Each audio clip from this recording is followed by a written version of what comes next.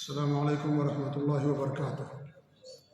الحمدللہ رب العالمین والعاقبۃ للمتقین ولا عدوان الا علی الظالمین، واشهد ان لا الہ الا اللہ وحدہ لا شریک لہ، واشهد ان محمدا عبدہ ورسولہ، صلوات اللہ وسلامہ علیہ وعلی آلہ وعلی اصحابہ ومن اہتدی بہدیہ واستنى بسنتہ الی یوم الدین، وبعد۔ معزز ساتھیوں، اللہ کے رسول صلی اللہ علیہ وسلم کی مبارک سیرت کا تذکرہ آپ لوگوں کے سامنے اس مسجد کے اندر کیا جاتا ہے۔ اس سے پہلے آپ صلی اللہ علیہ وسلم کا جو آخری غزوہ تھا، غزوہ تبوک، اس کا ذکر ہوا۔ اس کے بعد اسلام میں جنگ کا مقصد کیا ہے، اس پر گفتگو کی گئی تھی۔ آج انشاءاللہ العزیز سن 9 ہجری کو عام الوفود کہا جاتا ہے، یعنی وفود کا سال۔ کچھ وفود کا ہم تذکرہ آج کے درس میں آپ لوگوں کے سامنے کرنا چاہتے ہیں۔ وفود یہ وفد کی جمع ہے، اور وفد کا مطلب یہ ہوتا ہے ڈیلیگیٹ، جسے کہا جاتا ہے انگلش زبان میں، اور اس کا مطلب یہ ہے کہ کچھ لوگ مل کر کے کسی سے ملاقات کے لیے آئیں، اسے وفد کہا جاتا ہے۔ تو سن 9 ہجری کو وفود کا سال کہا جاتا ہے، کیونکہ اس سال وفد کی شکل میں جو غیر مسلم تھے، چاہے وہ نصارہ ہوں یا اس طریقے سے مشرکین اور کفار ہوں، وہ سب کے سب اللہ کے رسول صلی اللہ علیہ وسلم کی خدمت میں تشریف لاتے اور اسلام ان میں سے اکثر قبول کر لیا کرتے تھے۔ اسی کو عام الوفود کہا جاتا سن 9 ہجری اور سن 10 ہجری کو۔ جب مکہ فتح ہو گیا، تبوک میں آپ گئے، اور جو اس وقت کی سب سے بڑی طاقت تھی رومیوں کی، ان پر اس قدر رعب طاری ہو گیا کہ وہ لوگ میدان میں نہیں آئے، تو اس کا بڑا اچھا اثر پڑا پورے جزیرۃ العرب کے اندر، اور مسلمانوں کی ایک بڑی طاقت بن کر کے ابھرے وہ لوگ۔ اس لیے جوق در جوق جماعت کی شکل میں، وفد کی شکل میں ہمارے نبی صلی اللہ علیہ وسلم کے پاس تشریف لاتے، اور لوگ اسلام قبول کر لیا کرتے تھے، ان میں سے اکثر۔ اسی لیے اس کو عام الوفود کہا جاتا ہے۔ اسی کی مناسبت سے اللہ رب العالمین نے قرآن کی نزول کے اعتبار سے مکمل جو سب سے آخری صورت نازل ہوئی ہے مکمل ایک بار میں، وہ سورۃ النصر ہے۔ اللہ رب العالمین نے اسی مناسبت سے اس صورت کو نازل فرمایا۔ اذا جاء نصر اللہ والفتح ورأيت الناس يدخلون في دين الله افواجا فسبح بحمد ربك واستغفره انه كان توابا۔ یہ نزول کے اعتبار سے سب سے آخری صورت ہے۔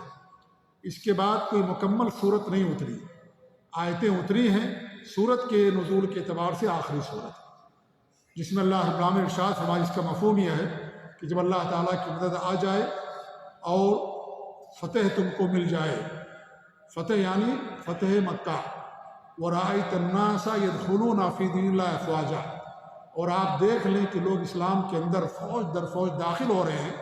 فسبح بحمد ربک واستغفر، اپنے رب کی حمد کے ساتھ اس کی تسبیح بیان کیجیے، اللہ تعالیٰ سے مغفرت طلب کیجیے، انہ کان توابا، اللہ ہی توبہ کو قبول کرنے والا ہے۔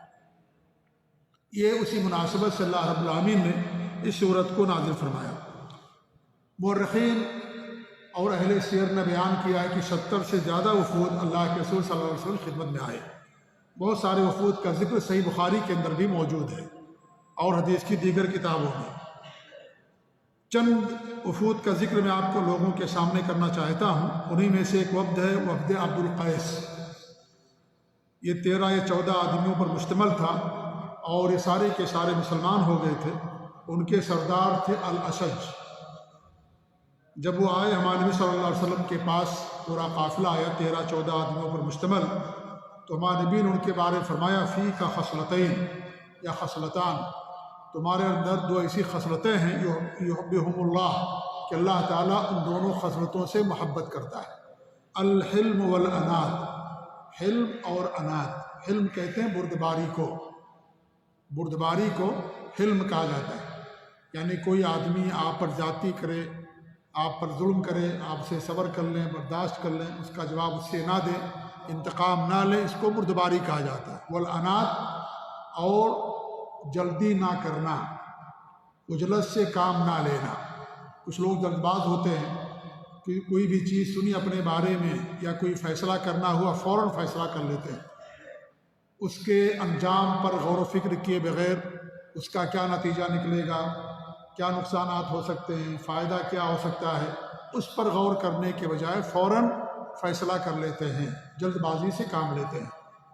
یہ اچھی چیز نہیں ہے جلد بازی کسی بھی چیز میں، خاص طور سے بڑے مسائل میں، وہ مسائل جن کا تعلق پوری قوم سے ہے، پوری ملت سے ہو، پورے خاندان سے ہو، یا کوئی بڑا مسئلہ ہو، اس کے بارے میں آدمی کو فوراً کوئی فیصلہ لینے کے بجائے غور و فکر کرنا چاہیے، انجام پر غور کرنا چاہیے، اس میں ہمارے لیے کتنا فائدہ ہے، کتنا نقصان ہے، ان تمام چیزوں پر غور کرنے کے بعد انسان کو فیصلہ لینا چاہیے، تاکہ انسان کو بعد میں پشیمانی اور ندامت نہ اٹھانی پڑے۔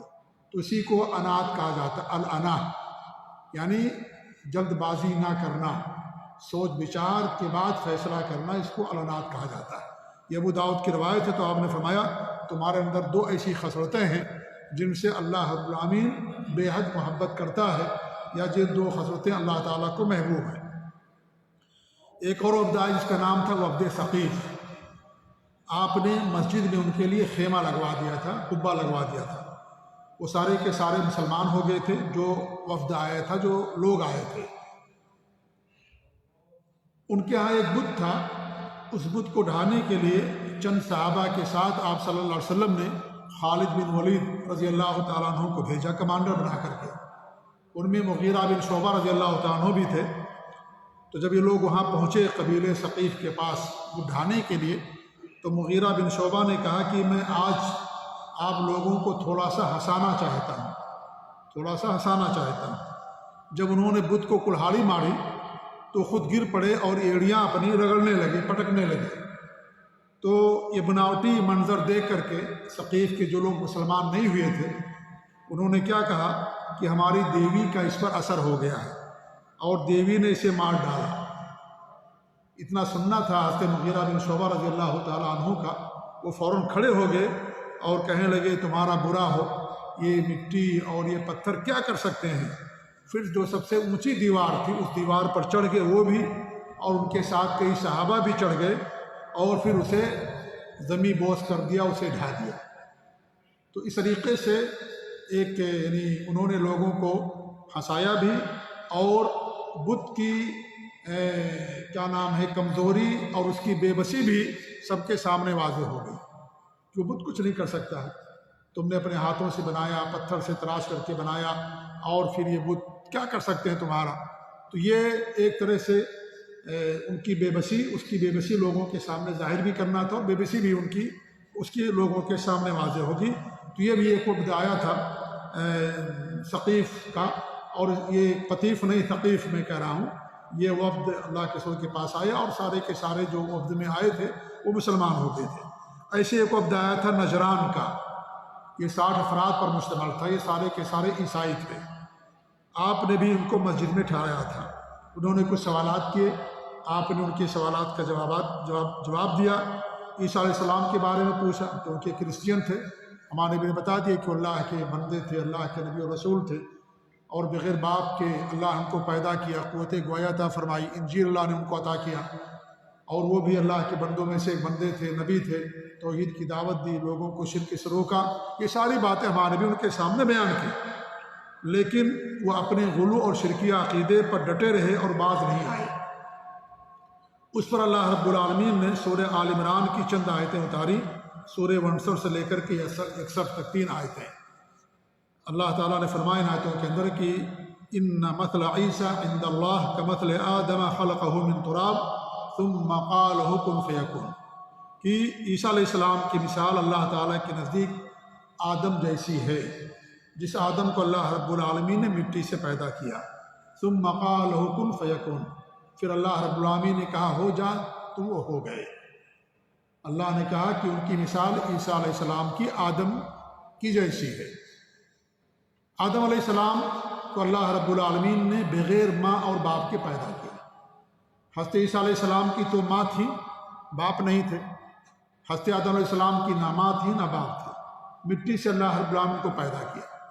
تو اگر عیسیٰ علیہ السلام کا بغیر باپ کے پیدا ہونا، تم یہ عقیدہ رکھتے ہو کہ اللہ تعالیٰ کے بیٹے ہیں نعوذ باللہ، تو اس کا زیادہ حق آدم علیہ السلام رکھتے ہیں، کیونکہ آدم علیہ السلام کو تو اللہ نے بغیر ماں کے پیدا کیا، بغیر باپ کے پیدا کیا، اپنے ہاتھوں سے بنایا ان کو، حضرت آدم علیہ السلام کو، تو وہ زیادہ حق رکھتے ہیں کہ اللہ کے بیٹے ہونا، نعوذ باللہ، جبکہ اللہ تعالیٰ کا کوئی بیٹا نہیں ہے۔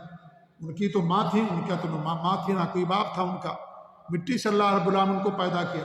لہذا جب وہ ان کو تم حضرت آدم کو اللہ کا بیٹا نہیں کہتے ہو، اور کوئی اللہ کا بیٹا نہیں ہے، کوئی اللہ کی اولاد نہیں ہے، اللہ اس نقص سے پاک ہے، تو پھر حضرت عیسیٰ علیہ السلام اللہ کے بیٹے کیسے ہو سکتے ہیں؟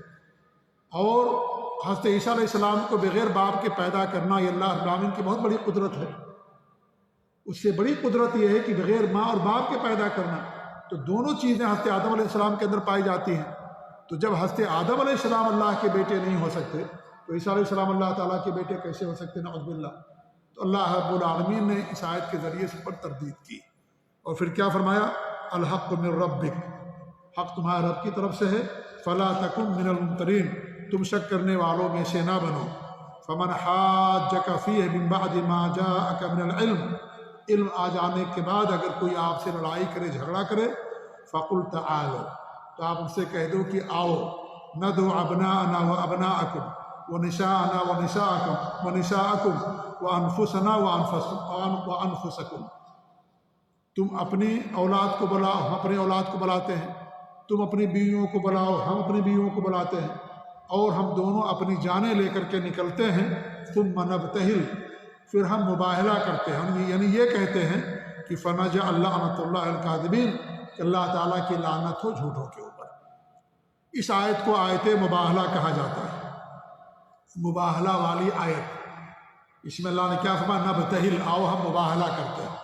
مباہلے کا مطلب یہ ہوتا ہے کہ دو فریق کا ایک دوسرے پر لعنت کرنا اور بد دعا کرنا۔ دو فریق ہیں، ان دونوں کا ایک دوسرے پر لعنت کرنا، بد دعا کرنا، ہلاکت کی، بربادی کی یا موت کی بد دعا کرنا، اس کو مباہلہ کہا جاتا ہے۔ مطلب یہ ہے کہ جب دو فریق ہوں اور ان میں سے کسی معاملے کے حق یا باطل ہونے میں دونوں کے درمیان اختلاف ہو جائے، نزاع ہو جائے، لڑائی اور جھگڑا ہو جائے، تو اسی صورت میں بارگاہ الہی میں یہ دعا کریں کہ اے اللہ تعالیٰ، ہم دونوں میں سے جو جھوٹا ہے تو اس پر لعنت فرما، اس کو ہلاک کر دے، اس کو برباد کر دے۔ یہ انسان بد دعا کرے، اس کو مباہلہ کہا جاتا ہے۔ اس کو کیا کہتے ہیں؟ مباہلہ کہتے ہیں۔ تو جب یہ آیت کریمہ نازل ہوئی تو آپ نے ان کو مباہلے کی دعوت دی، کہا کہ اپنی اولاد کو لے کر نکلتے ہیں، اپنی بیویوں کو لے کر نکلتے ہیں، چلو ہم مباہلہ کرتے ہیں ہم دونوں۔ لیکن وہ جانتے تھے کہ اللہ کے رسول صلی اللہ علیہ وسلم برحق ہیں، اگرچہ ایمان لے کر کے نہیں آئے، تو وہ مباہلہ کرنے سے انہوں نے انکار کر دیا۔ لوگوں نے کہا اگر مباہلہ کرو گے تو اللہ تعالیٰ کی لعنت تمہیں شامل ہو جائے گی، ہو سکتا ہے تم لوگ اپنے علاقے میں بھی نہ پہنچو اور راستے ہی میں نبی کی بد دعا تم پر صادق آ جائے، لگ جائے۔ اس لیے ان لوگوں نے مباہلہ کرنے سے انکار کر دیا۔ تو اس آیت کو آیت مباہلہ کہا جاتا ہے۔ انہیں معلوم تھا کہ اللہ کے رسول صلی اللہ علیہ وسلم برحق ہیں، آپ اللہ کے نبی ہیں، اور عیسیٰ بھی اللہ کے نبی تھے، اور وہ اللہ کے بندوں میں سے ایک بندے تھے۔ انہوں نے اپنی عبادت کی طرف لوگوں کو دعوت نہیں دی، انہوں نے بھی توحید کی دعوت دی، لوگوں کو شرک سے منع کیا۔ یہ ساری باتیں ان کو معلوم تھیں، لیکن اس کے باوجود بھی شرک کا عقیدہ انہوں نے نہیں چھوڑا، وہ مسلمان نہیں ہوئے۔ ہمارے نبی صلی اللہ علیہ وسلم نے 3 چیزیں ان کے سامنے رکھی۔ پہلی چیز یہ رکھی کہ اسلام قبول کر لو، اسلام قبول کیا نہیں انہوں نے۔ دوسری چیز یہ رکھی کہ جزیہ اور ٹیکس دے کر کے تم رہو اور ہم تمہاری جان کی حفاظت کریں گے، اگر اس پر بھی راضی نہیں ہوگے تو ہم تم سے قتال کریں گے، جنگ کریں گے۔ وہ جزیہ پر راضی ہو گئے کہ ہم جزیہ دیں گے اور قتال ہم نہیں چاہتے ہیں، کیونکہ ان کو معلوم تھا کہ ہمارے پاس اب مسلمانوں سے لڑنے کی طاقت نہیں رہ گئی ہے۔ جب رومی طاقت ان کے سامنے نہیں آئی اور انہوں نے سرنڈر کر دیا، تو پھر ہم کس کھیت کے مولی ہیں، کس طریقے سے ان سے مقابلہ کر سکتے ہیں؟ تو انہوں نے کہا کہ ہم جزیہ دینے پر راضی، ہم جزیہ دیں گے اور آپ سے قتال نہیں کریں گے، البتہ مسلمان ہم نہیں ہوں گے۔ تو انہوں نے اسلام نہیں قبول کیا، اور اس کے بعد اللہ کے رسول صلی اللہ علیہ وسلم نے امین امت ابو عبیدہ بن جراح رضی اللہ تعالیٰ عنہ کو جزیہ وصول کرنے کے لیے ان کے پاس بھیجا۔ جب صلح ہو گئی، جزیہ پر راضی ہو گئے، تو پھر آپ نے ان کو بھیجا۔ اس سے پہلے بتا چکا ہوں کہ اسلام میں جنگ کا مقصد قتل نہیں ہے، خونریزی نہیں ہے، اور فتنہ اور فساد پھیلانا نہیں ہے۔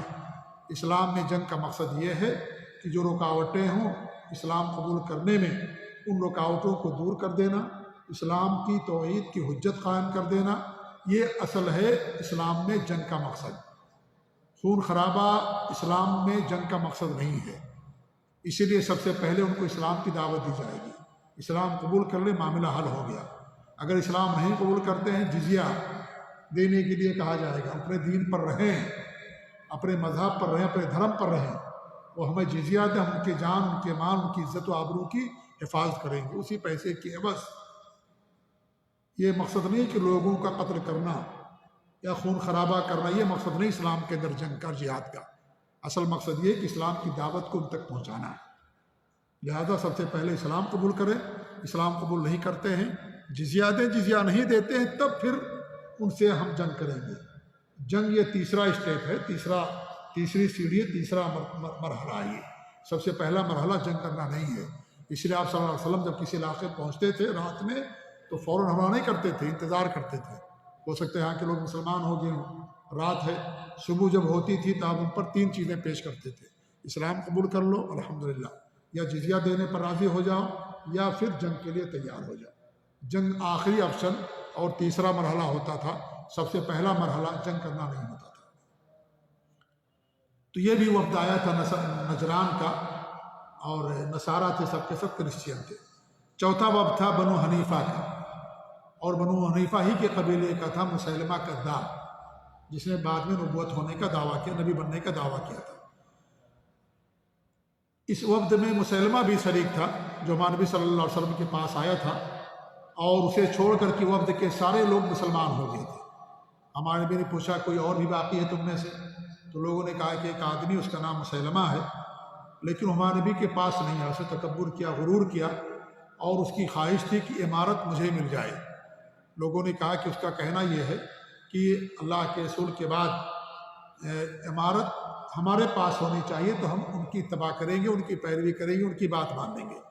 ہمارے نبی نے کہا، ہمارے نبی کے ہاتھ میں ایک چھڑی تھی، ہمارے نبی نے کہا کہ جاؤ اس سے کہہ دو کہ یہ چھڑی بھی اسے نہیں دی جائے گی، اتنا بھی ہم اسے نہیں دیں گے، کیونکہ جو آدمی امارت طلب کرے اور کہے کہ اگر مجھے امارت ملے گی بعد میں تب میں مسلمان ہوں گا، تب میں آپ کی اتباع پیروی کروں گا، لہذا مجھے ایسے آدمی کی ضرورت نہیں ہے۔ آپ نے کہا کہ جا کے اس سے کوئی چھڑی بھی اسے نہیں ملے گی، امارت تو بہت دور کی بات ہے۔ اس کے بعد وہ قبیلہ چلا گیا، وہ بھی اپنے قبیلے میں واپس چلا گیا، اور اللہ کے رسول صلی اللہ علیہ وسلم کی وفات سے پہلے ہی اسے نبوت کا دعویٰ کر لیا، اور کہا کہ میں بھی نبی ہوں اور وہ بھی نبی ہیں۔ اللہ کے رسول صلی اللہ علیہ وسلم کو بھی نبی مانتا تھا وہ، کہ آپ بھی اللہ کے نبی ہیں، جیسے وہ اللہ کے نبی ویسے میں بھی اللہ کا نبی۔ اس نے دعویٰ کیا، ہمارے نبی صلی اللہ علیہ وسلم کی وفات ہو گئی۔ اس کے بعد حضرت ابوبکر صدیق رضی اللہ تعالیٰ عنہ نے فوج بھیجی، اور اس کے ساتھ جو ہے جنگ ہوئی، اور جس نے حضرت امیر حمزہ رضی اللہ عنہ کو شہید کیا تھا، وہ وحشی بن حرب نام تھا، مسلمان ہو گئے تھے رضی اللہ عنہ، انہوں ہی نے جا کر کے اسے قتل کیا۔ اور بعد میں وہ کہا کرتے تھے کہ میں نے جو گناہ کیا تھا حضرت امیر حمزہ کو قتل کر کے، مجھے امید ہے کہ اللہ تعالیٰ مجھے معاف کر دے گا، کیونکہ وہ تو مسلمان نہیں ہوئے تھے جب انہوں نے قتل کیا تھا۔ تو بہرحال وحشی بن حرب رضی اللہ تعالیٰ عنہ نے جا کر کے اس کو قتل کیا اور اس کو جہنم رسید کیا، مسیلمہ کذاب کو۔ تو یہ بڑے بڑے وفد تھے جو اللہ کے رسول صلی اللہ علیہ وسلم کے پاس تشریف لائے، اور تقریباً 70 سے زیادہ وفود آئے تھے، جیسا کہ مورخین نے اور اہل سیر نے بیان کیا ہے۔ اس میں کچھ تو ایسے تھے بدو قسم کے تھے، اور وہ اپنے سردار کی مطابعت میں انہوں نے اسلام قبول کر لیا تھا۔ اسلام کی حقانیت ان کے دلوں میں واضح اور اجاگر نہیں ہوئی تھی، اسی لیے ہمارے نبی کی وفات کے بعد ان میں سے بہت سارے لوگ مرتد ہو گئے تھے۔ ان میں کچھ تو ایسے تھے جنہوں نے اللہ کے رسول کا دیدار بھی نہیں کیا تھا۔ پورا خاندان یا پورا علاقہ مسلمان ہو گئے، وہ مسلمان ہو گئے لوگوں کو دیکھ کر کے، اس لیے جب ہمارے نبی کی وفات ہوئی تو اس میں سے بہت سارے لوگ مرتد ہو گئے تھے، اور ابوبکر صدیق رضی اللہ تعالیٰ عنہ نے باقاعدہ ان لوگوں سے قتال کیا تھا، ان سے جنگ کی تھی، اور اکثریت ایسے ہی لوگوں کی تھی جو آخر میں جنہوں نے اسلام قبول کیا، ہمارے نبی کا دیدار بھی نہیں کیا، اجٹ قسم کے تھے، بدو تھے، اللڑ قسم کے تھے، اور دیکھا کہ سارے لوگ مسلمان ہوں گے تو بھی مسلمان ہو گئے، اور ان کے دلوں کے اندر اسلام پیوست نہیں ہوا، اسلام کی حقانیت واضح نہیں ہوئی تھی، اس لیے ہمارے نبی کی وفات کے بعد ان میں سے اکثر لوگ جو ہے مرتد ہو گئے تھے۔ آپ نے اس سال بہت سارے بادشاہوں کو بھی خط روانہ کیا۔ صلح حدیبیہ کے بعد بھی آپ نے بہت سارے بادشاہوں کو خطوط بھیجے تھے، تو اس سال بھی آپ نے بہت سارے بادشاہوں کو خطوط روانہ کیا اور ان کو اسلام کی دعوت دی۔ وفود کے تذکرے میں قبل اس کے کہ اپنی بات ختم کر دوں، ایک مسئلہ بیان کرنا میں بہتر سمجھتا ہوں۔ وفود کے ذکر کے سلسلے میں ایک بات آئی کہ آپ صلی اللہ علیہ وسلم نے وفود کو مسجد کے اندر ٹھہرایا۔ نجران کا وفد تھا اور ایسے ہی ثقیف کا وفد تھا، یہ سب کے سب غیر مسلم تھے، مسلمان نہیں تھے۔ آپ نے ان کو مسجد نبوی کے اندر ٹھہرایا۔ آپ لوگوں نے سنا اور پڑھا بھی ہوگا، اور آج آپ نے سنا کہ آپ ان کو مسجد کے اندر ٹھہرایا۔ یہاں ایک مسئلہ ہے کہ کیا غیر مسلم مدینے کے اندر یا مسجد نبوی کے اندر داخل ہو سکتا ہے کہ نہیں داخل ہو سکتا ہے۔ 3 مسجدیں ہیں جن کی اسلام کے اندر بڑی خصوصیت ہے۔ ایک تو مسجد حرام ہے، سب سے زیادہ بڑی خصوصیت مسجد حرام کی ہے۔ اس کے بعد مسجد نبوی ہے، اور تیسری مسجد اقصیٰ۔ مسجد حرام میں ایک نماز کا ثواب 1 لاکھ ملتا ہے، وہیں انسان حج کرنے جاتا، عمرہ کرنے جاتا، وہیں خانہ کعبہ ہے، اسی کی طرف رخ کر کے دنیا کے سارے مسلمان نماز پڑھتے ہیں۔ وہی مقام ابراہیم ہے، صفا مروہ کی پہاڑیاں ہیں، مزدلفہ ہے، عرفات ہے، منی کی وادیاں ہیں۔ انسان حج کرنے، عمرہ کرنے وہیں جاتا ہے۔ اگر آدمی عمرہ اور حج کرے مدینہ نہ جائے، اس آدمی کے حج عمرے پر کوئی فرق نہیں پڑتا ہے۔ دوسری مسجد ہے مسجد نبوی، جس میں ایک نماز کا ثواب دیگر مسجدوں کے مقابلے میں 1000 ملتا ہے۔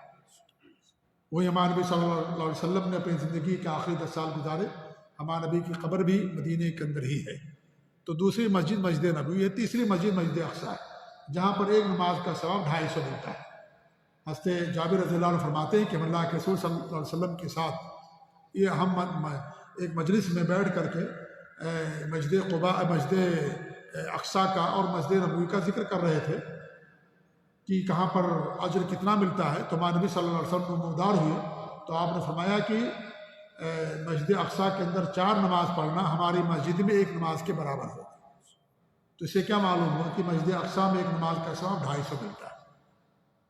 مسجد نبوی کے بارے میں کچھ لوگوں نے مشہور کر دیا کہ وہاں پر 50,000 یا 10,000 ثواب ملتا ہے۔ یہ صحیح نہیں ہے۔ صحیح بات یہ کہ مسجد نبوی میں 1 نماز کا ثواب دیگر مسجدوں کے مقابلے میں 1000 ملتا ہے، جو صحیح حدیث ثابت ہے، اور مسجد اقصیٰ کے اندر 250 ملتا ہے۔ یہ 3 مساجد دنیا کی ایسی ہیں جن کی طرف انسان اجر و ثواب کی نیت سے سفر کر سکتا ہے۔ باقی دنیا کے اندر کوئی ایسی مسجد نہیں ہے جہاں پر انسان اجر و ثواب کے لیے سفر کرے۔ یہی 3 مسجدیں ہیں بس۔ باقی اور مسجد کے لیے سفر کرنا اجر و ثواب کی نیت سے اسلام کے اندر جائز نہیں ہے۔ جب مسجدوں کا سفر کرنا اجر و ثواب کے لیے جائز نہیں ہے، تو مزاروں اور قبروں اور درگاہوں کا سفر کرنا اسلام کے اندر کیسے جائز ہوگا؟ اسی لیے علماء نے یہ بات بیان کی ہے کہ اگر انسان مسجد نبوی جاتا مدینہ، اللہ کے رسول کی قبر کی زیارت کی نیت سے جاتا ہے، اس کا جانا حرام ہے۔ آپ مدینہ جائیں اللہ کے رسول کی مسجد کی زیارت کی نیت سے، وہاں جانے کے بعد اللہ کے رسول کی قبر کی آپ زیارت کریں۔ ایسے ہی مسجد قباء ہے، وہاں پر 2 رکعت نماز کا ثواب 1 عمرے کے برابر ملتا ہے۔ اس مسجد کی نیت سے بھی انسان اپنے شہر سے سفر نہیں کر سکتا۔ آپ مدینہ پہنچ گئے، مدینہ پہنچنے کے بعد آپ مسجد قباء جائیں، وہاں پر 2 رکعت نماز پڑھیں، کوئی مسئلہ نہیں ہے، لیکن آپ اپنے ملک یا شہر سے اس مسجد کی زیارت کی نیت سے آپ سفر نہیں کر سکتے۔ دنیا میں صرف 3 مسجدیں ہیں جس کی زیارت کی نیت سے انسان سفر کر سکتا ہے: مسجد حرام، مسجد نبی اور مسجد اقصیٰ۔ مسجد قباء کی تعمیر ہمارے نبی نے اپنے ہاتھوں سے کی۔ اس مسجد کی تعمیر ہمارے نبی نے ہاتھوں سے کی، اس کے باوجود بھی اس مسجد کی زیارت کے لیے آپ اپنے شہر یا ملک سے سفر نہیں کر سکتے۔ جب اس مسجد کے لیے نہیں سفر کر سکتے ہیں تو دیگر کسی اور مسجد کے لیے سفر کرنا جائز نہیں ہوگا۔ جب نبی کی قبر کی زیارت کی نیت سے آپ اپنے ملک یا اپنے شہر سے سفر نہیں کر سکتے تو نبی کی قبر سے بڑھ کر کے کسی کی قبر نہیں ہے، اس کی قبر کی زیارت کی نیت سے سفر کرنا کیسے جائز ہوگا؟ یہ حرام ناجائز۔ ہاں، اگر آپ کسی جگہ پہنچ جاتے ہیں، آپ کسی شہر گئے، وہاں پہنچنے کے بعد آپ کو معلوم ہوا کہ ہاں کوئی قبرستان ہے، آپ اس کی زیارت کے لیے جا سکتے ہیں، لیکن اس قبرستان کی زیارت کی نیت سے اپنے شہر سے آپ اس شہر نہیں کر سکتے۔ یہ حرام ہے۔ علماء نے باقاعدہ اس کو ناجائز قرار دیا، کیونکہ یہ دلیل ہے اللہ کے رسول کی حدیث کی دنیا کے اندر صرف 3 مسجدیں ہیں جن میں نماز پڑھنے یا اجر و ثواب کی نیت سے آدمی سفر کر سکتا ہے، باقی کسی مسجد کے لیے سفر نہیں کر سکتا۔ جب مسجد کے لیے سفر کرنا جائز نہیں ہے تو مزاروں اور درگاہوں اور قبروں کی سفر کی زیارت کی نیت سے سفر کرنا کیسے جائز ہوگا؟ ہمارے یہاں لوگ حج کرنے آتے ہیں مکہ، کہتے ہیں جب تک اجمیر نہیں جائیں گے، یا کون سی خبر بھی آپ کے یہاں لاہور میں داتا علی حجویری صاحب کی خبر، وہاں نہیں جائیں گے تو ہمارا حج مکمل نہیں ہوگا۔ یہ ایسا کرنا حج کو باطل کر دینے والی چیز ہے۔ جی لوگ سمجھتے، میں نے اپنے کانوں سنا، ہم نے اپنے کانوں سے سنا، کتابوں کے اندر پڑھا کہ لوگ حج کرنے کے بعد جاتے ہیں مزاروں کی زیارت کے لیے، جب تک نہیں جائیں گے ان کا حج مکمل نہیں ہوگا۔ ایسا سوچنا حرام ہے، یہ حج کو باطل کرنا ہے۔ جب نبی کی قبر کی زیارت کے لیے سفر کرنا ناجائز ہے تو نبی کے سے بڑھ کر کے کسی کی قبر نہیں ہو سکتی۔ اگر یہ کوئی سوچتا ہے، عقیدہ رکھتا ہے، تو مسلمان ہی نہیں ہوگا کہ نبی کی قبر سے بڑھ کر کے بھی کسی کی قبر ہے یا ان سے اونچا کسی کا مقام و مرتبہ ہے۔ یہ جائز نہیں، حرام ہے شریعت کے اندر۔ تو بات یہ چل رہی تھی کہ غیر مسلم کا مدینے کے اندر داخلہ جائز ہے، جائز نہیں ہے۔ تو اسی حوالے سے میں نے بتایا کہ دنیا کے اندر 3 ایسی مساجد ہیں جن کی طرف آدمی اجر و ثواب کی نیت سفر کر سکتا ہے، باقی کسی اور مسجد کے لیے سفر نہیں کر سکتا ہے۔ مسجد حرام کا جہاں تک معاملہ ہے، اس کے بارے میں اللہ رب العالمین نے قرآن کے اندر ایک آیت اتاری، سورہ توبہ کی آیت نمبر 28، اللہم یا ایھا الذین آمنوا انما المشرکون نجس فلا یقربوا المسجد الحرام بعد عامہم ھذا، اے ایمان والو، مشرکین نجس ہیں، اس سال کے بعد مسجد حرام کے قریب نہ آئیں گے۔ یہ آیت اللہ نے اتاری۔ اس آیت کی روشنی میں علماء کا کہنا یہ ہے کہ مسجد حرام کی خصوصیت ہے، مسجد حرام انسان غیر مسلم نہیں جا سکتا ہے۔ اگرچہ اس مسئلے میں امام ابو حنیفہ رحمۃ اللہ علیہ کا قول یہ ہے کہ غیر مسلم بھی مسجد حرام کے اندر جا سکتا ہے۔ امام ابو حنیفہ رحمۃ اللہ بہت بڑے امام تھے، ان کی فقہ پر اتفاق ہے سب کا۔ ان کا کہنا یہ ہے کہ غیر مسلم بھی مسجد حرام کی زیارت کے لیے یا مسجد حرام میں جا سکتا ہے۔ اور جو آیت اس آیت کا مطلب یہ بیان کرتے ہیں کہ وہاں پر مستقل سکونت اختیار کرنا، مستقل رہائش پذیر ہونا، یہ منع کیا گیا۔ یہ امام ابو حنیفہ قول ہے۔ امام مالک رحمۃ اللہ علیہ فرماتے ہیں کہ مسجد حرام سے اگر غیر مسلم گزرتا ہے، راستے میں آ گیا، اس کو گزر سکتا، لیکن وہاں مکمل طور پر داخل ہونا، صرف داخل ہونے کے لیے جانا، یہ ناجائز ہے۔ باقی تمام علماء کا اس بات پر اتفاق ہے کہ مسجد حرام کے اندر غیر مسلم نہیں جا سکتا، اور یہی اس مسئلے کے اندر یہ مسئلہ صحیح ہے کہ غیر مسلم کی خصوصیت ہے یہ مسجد حرام کی، کہ مسجد حرام کے اندر غیر مسلم داخل ہو سکتا ہے۔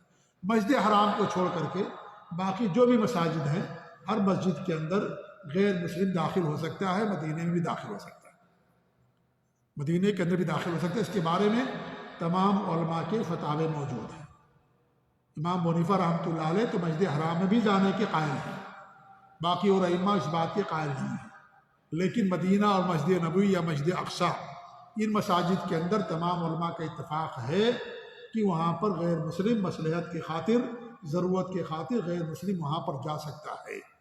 اس کے بارے میں سارے علماء کے فتاوے موجود ہیں۔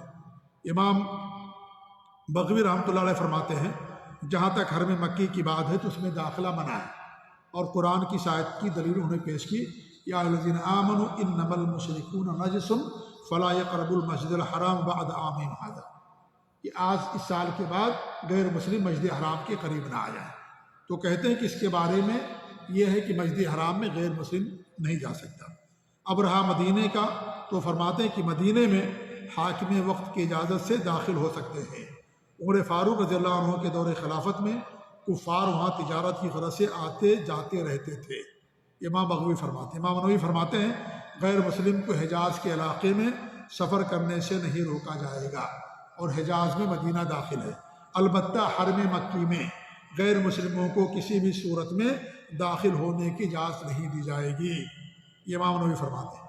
امام ابن قدامہ فرماتے ہیں غیر مسلم کو حجاز یعنی مدینے میں داخل ہونے کی اجازت ہے۔ وہ لوگ عمر، عثمان رضی اللہ تعالی عنہما اور بعد کے خلفاء کے دور میں وہاں جایا کرتے تھے، مسلمانوں کی مصلحت اور ضرورت کی خاطر وہاں جا سکتے ہیں۔ یہ حاکم وقت کی رائے اور ثواب دید پر منحصر ہے۔ یہ الکافی میں انہوں نے بیان کیا۔ امام ابن القیم رحمۃ اللہ علیہ فرماتے ہیں غیر مسلموں کو مدینہ میں داخل ہونے سے منع نہیں کیا جائے گا، کیونکہ اللہ کے رسول صلی اللہ علیہ وسلم نے نجران سے آنے والے نصارہ کے وفد کو اپنی مسجد میں ٹھہرایا تھا، البتہ مسجد حرام میں داخل ہونے کی ممانعت ہے۔ مزید فرماتے ہیں جب یہ آیت نازل ہوئی، کون سی آیت؟ یا الذین آمنوا انما المشرکون نجس، جب یہ آیت نازل ہوئی تو خیبر کے یہود مدینہ آتے جاتے تھے۔ یہی نہیں، آپ صلی اللہ علیہ وسلم نے ان سے معاملات کیے، خرید و فروخت کیا، بیع و شرع کی شرح کیا۔ جب آپ کی وفات ہوئی تو آپ کی ذرا ایک یہودی کے پاس گری ہوئی تھی مدینے کے اندر۔ کس نے کہا؟ یہ امام ابن القیم رحمۃ اللہ علیہ فرماتے ہیں۔ ایسے امام البانی، امام ابن باز، امام ابن عثیمین رحمۃ اللہ علیہ اور موجودہ دور کے مفتی اور یہاں کے شیخ صالح فوزان بڑے علماء ہیں، ان سب کا فتویٰ یہ کہ جائز ہے، اور ہمارے بر صغیر ہند و پاک کے تمام علماء کا، تمام مکتب فکر کے علماء کا اس بات پر اتفاق ہے کہ غیر مسلم مدینے کے اندر جا سکتا ہے، کوئی اختلاف نہیں ہے۔ سب کے فتاوے موجود ہیں، دیوبندی علماء کے بھی، بریلوی علماء کے بھی، اور بھی علماء کے جتنے بھی مکتب فکر کے ہیں سب کے فتاوے موجود ہیں کہ غیر مسلم وہاں جا سکتا ہے۔ میں نے بیان کیا کہ امام منیفہ رحمۃ اللہ علیہ کے یہاں تو مسجد حرام کے اندر بھی جائز جانا، اور ہمارے یہاں کی اکثریت امام منیفہ رحمۃ اللہ علیہ کی پیروکار ہے، اگرچہ ان کی صحیح باتوں کو نہیں مانتے، سچی اتباع نہیں کرتے ہو، حقیقت یہ ہے کیونکہ انہوں نے کیا فرمایا ہے، صحیح حدیث ہمارا مذہب ہے، ان کے عقیدے کو نہیں مانتے، عقیدہ اشعری اور ماتریدی کا ہے۔ اللہ ہر جگہ امام منیفہ کا عقیدہ نہیں تھا، امام منیفہ رحمۃ اللہ علیہ کا عقیدہ یہ تھا کہ اگر یہ کوئی کہے کہ اللہ تعالیٰ عرش پر ہے لیکن یہ بھی کہتا کہ یہ نہیں معلوم کہ عرش کہاں، مسلمان ہی نہیں ہے، یہ امام منیفہ کا عقیدہ تھا۔ یہ عقیدہ نہیں مانتے ہم وہاں کے لوگ، ہمارے ہند و پاک کے جو لوگ ہیں جو اپنی نسبت ان کی طرف کرتے ہیں، وہ ان کے عقیدے کو نہیں مانتے، بس نماز کیسے پڑھیں گے، روزہ کیسے رکھیں گے، حج کیسے کریں گے، ان میں مانتے ہیں، البتہ ان کا عقیدہ نہیں مانتے۔ عقیدہ، اور خود انہوں نے بات بیان کی، میں اپنی طرف سے الزام نہیں لگاتا، بہت بڑے عالم تھے خلیل احمد سہارنپوری رحمۃ اللہ علیہ دیوبند کے، ان کی کتاب عقائد علماء اہل سنت دیوبند، انہوں نے باقاعدہ لکھا ہے کہ ہم عقیدے میں ابو الحسن اشعری اور ابو منصور ماتریدی کو مانتے ہیں، اور فروع یعنی مسائل میں، نماز کیسے پڑھنا، طلاق کیسے دینا، نکاح کیسے کرنا، ان میں امام ابو حنیفہ رحمۃ اللہ علیہ کو مانتے ہیں، اور تصوف میں 4 سلسلوں پر ہم بیعت کرتے ہیں، 4 سلسلوں کو، نقشبندی، چشتی، سہروردی اور قادری۔ پہلے پیج یا دوسرے پیج پر انہوں نے بات لکھی ہوئی ہے، اس پر کئی علماء کے 70 سے زائد علماء کی دستخط ہے اس کتاب کے اوپر، ہمارے پاس کتاب موجود ہے، وہ ان کے بڑے بڑے علماء نے۔ تو عقیدے میں نہیں مانتے امام حنیفہ، کاش الٹا ہو جاتا، عقیدے میں مان لیتے تو بہت اچھی بات ہوتی ہے۔ تو عقیدے میں نہیں مانتے امام حنیفہ رحمۃ اللہ علیہ کو، فروع میں مانتے ہیں۔ جی ہاں، تو میں نے بتایا کہ امام حنیفہ رحمۃ اللہ علیہ کا باقاعدہ فتویٰ ہے، ان کا قول ہے یہ کہ مسجد حرام کے اندر بھی جا سکتا ہے، لیکن ان کا فتویٰ صحیح نہیں ہے۔ وہ امام ہیں لیکن قرآن کے نص کے خلاف ہے۔ انہوں نے قرآن کی آیت کا دوسرا معنی بیان کیا، وہ کہتے کہ آیت کا مطلب یہ ہے کہ وہاں مستقل سکونت اختیار کرنا، مستقل وہاں رہنا، یہ منع کیا گیا، حالانکہ قرآن میں اللہ نے صاف فرمایا کہ فلا یقربوا، وہ قریب نہ آئے مسجد حرام کے۔ تو ان کا اجتہاد ہے، اس میں معذور ہے، لیکن ان کا اجتہاد صحیح نہیں ہے، ان کا قول صحیح نہیں ہے، اسی لیے اور ائمہ نے ان کے قول کو نہیں لیا۔ لہذا مسجد مدینہ کے اندر غیر مسلم داخل ہو سکتا ہے، کوئی حرج کی بات نہیں، مسجد نبوی میں داخل ہو سکتا ہے۔ میں نے یہ مسئلہ کیوں بیان کیا؟ کیونکہ ہمارے نبی نے تمام وفود کو مدینے کی اپنی مسجد میں ٹھہرایا تھا، یہ سب کے سب غیر مسلم تھے، کچھ نصارہ کرسچین تھے، یہودی تھے، اور کچھ بت پرست تھے، مشرک تھے، کافر تھے، ان کو باقاعدہ ٹھہرایا تھا۔ اس لیے اس سے ثابت ہوتا ہے کہ غیر مسلم مسجد کے اندر بھی جا سکتا ہے، یہاں بھی آ سکتا ہے، کوئی مسئلہ نہیں، آ کر کے دیکھے۔ ہمارا خیمہ لگتا ہے دعویٰ سینٹر کا، غیر مسلموں کو ہم کہتے ہیں لے کر کے آؤ، غیر مسلم دیکھتا ہے کہ بھائی مسلمان سارے ایک ساتھ جو ہے روزہ رکھتے ہیں، ایک ساتھ افطاری کرتے ہیں، نماز پڑھتے ہیں، اچھا منظر ہے، کتنے لوگ یہ دیکھ کر کے مسلمان ہو جاتے ہیں، ہے کہ نہیں؟ تو مسجد کے اندر اگر غیر مسلم آنا چاہے آ سکتا ہے۔ ہمارے یہاں لوگوں نے اتنی سختی کر دی ہے، غیر مسلم چلا جائے گا، غیر مسلم کیا، وہابی اگر چلا گیا تو مسجد دھلا لیتے ہیں ہمارے یہاں، وہابی یعنی ہم اگر چلے گئے ان کی مسجد دھلواتے ہیں، کتابیں لکھی لوگوں نے باقاعدہ، یہاں بھیجا وہابیوں کو مسجدوں سے نکالو، مسجدیں دھلوا لیتے ہیں، یہ سب حقیقت تھی. اب تھوڑی سی نرمی آئی ہے, ابھی بھی بہت زیادہ نرمیاں نہیں ہیں. آپ جا کر کے آپ آمین کہہ دیجئے, آپ رفع نہیں کر سکتے ان کی مسجدوں میں, اتنی سختیاں ہیں. بغیر ٹوپی کی نماز نہیں پڑھ سکتے, ٹوپیاں رکھی ہوئی ہیں ان کی مسجدوں میں گندی سڑی ہوئی, آپ نماز پڑھیں آ کے آپ سر پر ٹوپی ڈال دیں گے, اتنی سختی. جب ایک کلمہ پڑھنے والا مسلمان داخل نہیں ہو سکتا تو غیر مسلم کیسے داخل ہوگا؟ اتنا سخت بنا دیا اسلام. اسلام اتنا سخت نہیں میرے بھائی, اسلام کے اندر رواداری ہے. آ سکتا ہے غیر مسلم, مسجد حرام کی خصوصیت ہے بس, اللہ نے ان کے بارے فرما دیا, اس کے بارے باقی اور مسجدوں کے بارے میں نہیں. ہمارے نبی نے سما بن اسال جو غیر مسلم تھے, اس سے پہلے بتایا نا میں نے, ان کو مسجد کے اندر باندھ کر کے رکھا تھا, بعد مسلمان ہوئے, غیر مسلم تھے بعد آپ نے. جبیر بن مطعم بن عدی رضی اللہ عنہ مسلمان نہیں ہوئے تھے, مکہ سے آئے, ہمارے نبی مغرب کی نماز پڑھا رہے تھے, مغرب کی نماز میں مسجد نبوی میں داخل ہوئے, وہ مسجد میں رہے, وہ بعد میں انہوں نے اسلام قبول کیا. ہمارے نبی نہیں ان کو منع کیا, مسجد سے نہیں نکالا, مشرک تھے, بت پرست تھے وہ, بعد میں انہوں نے اسلام قبول کیا. جبیر بن مطعم نجران کے وقت کو آپ نے مسجد کے اندر ٹھہرایا, سارے کے سارے کافر تھے. کرسچن کافر ہیں کہ نہیں کافر ہیں؟ کافر ہے کرسچن, قرآن میں اللہ نے کہا کہ کافر ہے, کافر ہے. اسلام کے علاوہ جس دھرم کے بھی ماننے والے یہودی کرسچن سب کافر ہے, سب غیر مسلم. آپ ان کو مسجد کے اندر ٹھہرایا. ثقیف کے وقت کو آپ نے ٹھہرایا. یہ کون تھے؟ بت پرست تھے, مشرک تھے یہ لوگ. ثقیف یہ قبیلہ تھا طائف کے پاس کے, وہاں کے لوگ آئے ہوئے تھے, غیر مسلم تھے یہ. انہی کے بت کو ڈھانے کے لیے ہمارے نبی نے بھیجا تھا, خالد بن ولید کو اور مغیرہ بن شعبہ تھے, جو میں نے واقعہ بیان کیا کہ انہوں نے بناوٹی اور جو ہے پہلے سے کہا کہ ایسا میں کروں گا اور ان کی بے بسی ظاہر کروں گا, تھوڑا ہنس لینا تم لوگ, ہے کہ نہیں؟ بت پرست تھے لوگ. ان کو آپ نے کہاں ٹھہرایا تھا؟ اپنی مسجد کے اندر, مدینہ مسجد نبوی کے اندر. حافظ ابن رجب رحمۃ اللہ علیہ بہت بڑے امام گزرے, انہوں نے بیان کیا, ان کی کتاب فتح الباری, صحیح بخاری کی شرح کی ہے انہوں نے فتح الباری کے نام سے, اور حافظ ابن حجر نے بھی شرح کی بخاری کی فتح الباری کے نام سے. بہت اچھی شرح تھی امام حافظ ابن رجب رحمۃ اللہ علیہ کی. پوری کتاب مکمل نہیں ہوئی, اور اس کتاب کے حوالے حافظ ابن حجر رحمۃ اللہ علیہ فتح الباری کے اندر بیان کیا, اکثر حوالے دیے ہیں اس کتاب کے. انہوں نے بیان کیا ہے کہ ولید بن عبد الملک کے دور میں جب مسجد نبوی کی توسیع ہوئی, ترمیم ہوئی, وہاں امیر کون تھے؟ گورنر عمر بن عبدالعزیز رحمۃ اللہ علیہ. نام سنے کہ نہیں سنے ہیں عمر بن عبدالعزیز کا؟ کون نام سنا ان میں آپ لوگوں میں سے؟ عمر بن عبدالعزیز رحمۃ اللہ علیہ کا نام سنا آپ لوگوں نے؟ کون تھے؟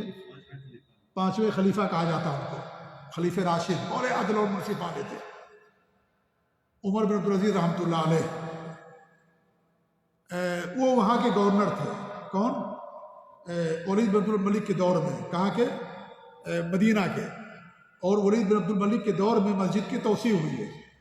تو انہوں نے بیان کیا ہے کہ جب انہوں نے مسجد کی توسیع کی, مسجد نبوی کی, تو جو مزدور تھے ان میں کرسچین بھی تھے, نصارہ بھی تھے, ان کو بھی رکھا تھا. انہوں نے اجرت پر مزدوری دیتے تھے, مسجد نبوی کی تعمیر کرتے تھے, وہ توسیع کرتے تھے. یہ اسلام میرے بھائی, اسلام کی اتنی سختی نہیں ہے کہ غیر مسلم نجس جو ہے اس کی نجاست اس کے ہاتھ میں نہیں ہے. یہ معنوی نجاست ہے, شرک کی نجاست ہے, کفر کی نجاست ہے. اور افسوس کی بات ہے کہ نجاست بہت سارے مسلمانوں کے دل میں پائی جاتی ہے کہ نہیں؟ جو قبروں کا طواف, مزاروں کا طواف, غیر اللہ کو پکارنا, غیر اللہ کی قسم کھانا, غیر اللہ کے نام پر نظر و نیاز اور ذبیحہ غیر اللہ کا سجدہ, یہ سب کیا ہے؟ شرک نہیں ہے؟ یہ شرک ہے سب کے سب. جی, یہ نجاست مسلمانوں کے اندر کلمہ پڑھتے ہیں, اللہ پر ایمان ہے, نبی پر ایمان, آخرت پر ایمان, لیکن پھر بھی یہ نجاست ان کے اندر بھی پائی جاتی ہے. تو مشرکین کی نجاست شرک کی نجاست ہے, کفر کی نجاست ہے. یہ ظاہری نجاست نہیں ہے, حسی نجاست نہیں ہے, یہ معنوی نجاست ہے. اور یہ نجاست کتنے مسلمانوں کے اندر پائی جاتی ہے. تو یہ انہوں نے باقاعدہ رکھا اور مسجد نبوی کی توسیع کی انہوں نے. کون؟ کرسچین لوگ تھے. تو اسلام کے اندر میرے بھائیو رواداری, اسلام کے اندر آسانی ہے. ہمارے نبی کے زمانے میں رہتے تھے یہودی, آپ کی وفات ہوئی تو آپ کی جو زرہ تھی وہ وہی یہودی کے پاس رکھی ہوئی تھی. آپ نے کھجور جو ہے ان سے جو لیا تھا کھانے کے لیے, اور اپنی زرہ ان کے پاس گروی کے طور پر رکھ دیا تھا. جی ہاں, مدینہ وہ خیبر کے یہودی آتے جاتے تھے باقاعدہ. تو ایسا نہیں ہے میرے بھائیوں کہ وہاں پر کوئی غیر مسلم نہیں آ سکتا ہے. غیر مسلم وہاں پر آ سکتا ہے, داخلہ اس کا منع نہیں ہے. اور جو ہے صرف مسجد حرام کی خصوصیت ہے کہ مسجد حرام کے اندر کوئی غیر مسلم جب تک کلمہ نہ پڑھ لے، مسلمان نہ ہو جائے، اس وقت تک وہاں کوئی غیر مسلم نہیں جا سکتا ہے۔ باقی کسی مسجد کی یا کسی شہر کی یہ خصوصیت نہیں ہے کہ وہاں غیر مسلم کے لیے داخلہ منع ہو۔ اللہ تعالیٰ سے دعا کہ اللہ رب العالمین ہمیں حق بات کو سمجھنے کی توفیق دے، اللہ ہم سب کو توحید پر قائم رکھے، شرک اور بدعات اور خرافات سے اللہ تعالیٰ ہم سب کو دور رکھے، آمین۔ وصلی اللہ علی محمد وعلی آلہ وصحبہ اجمعین، والسلام علیکم ورحمۃ اللہ وبرکاتہ۔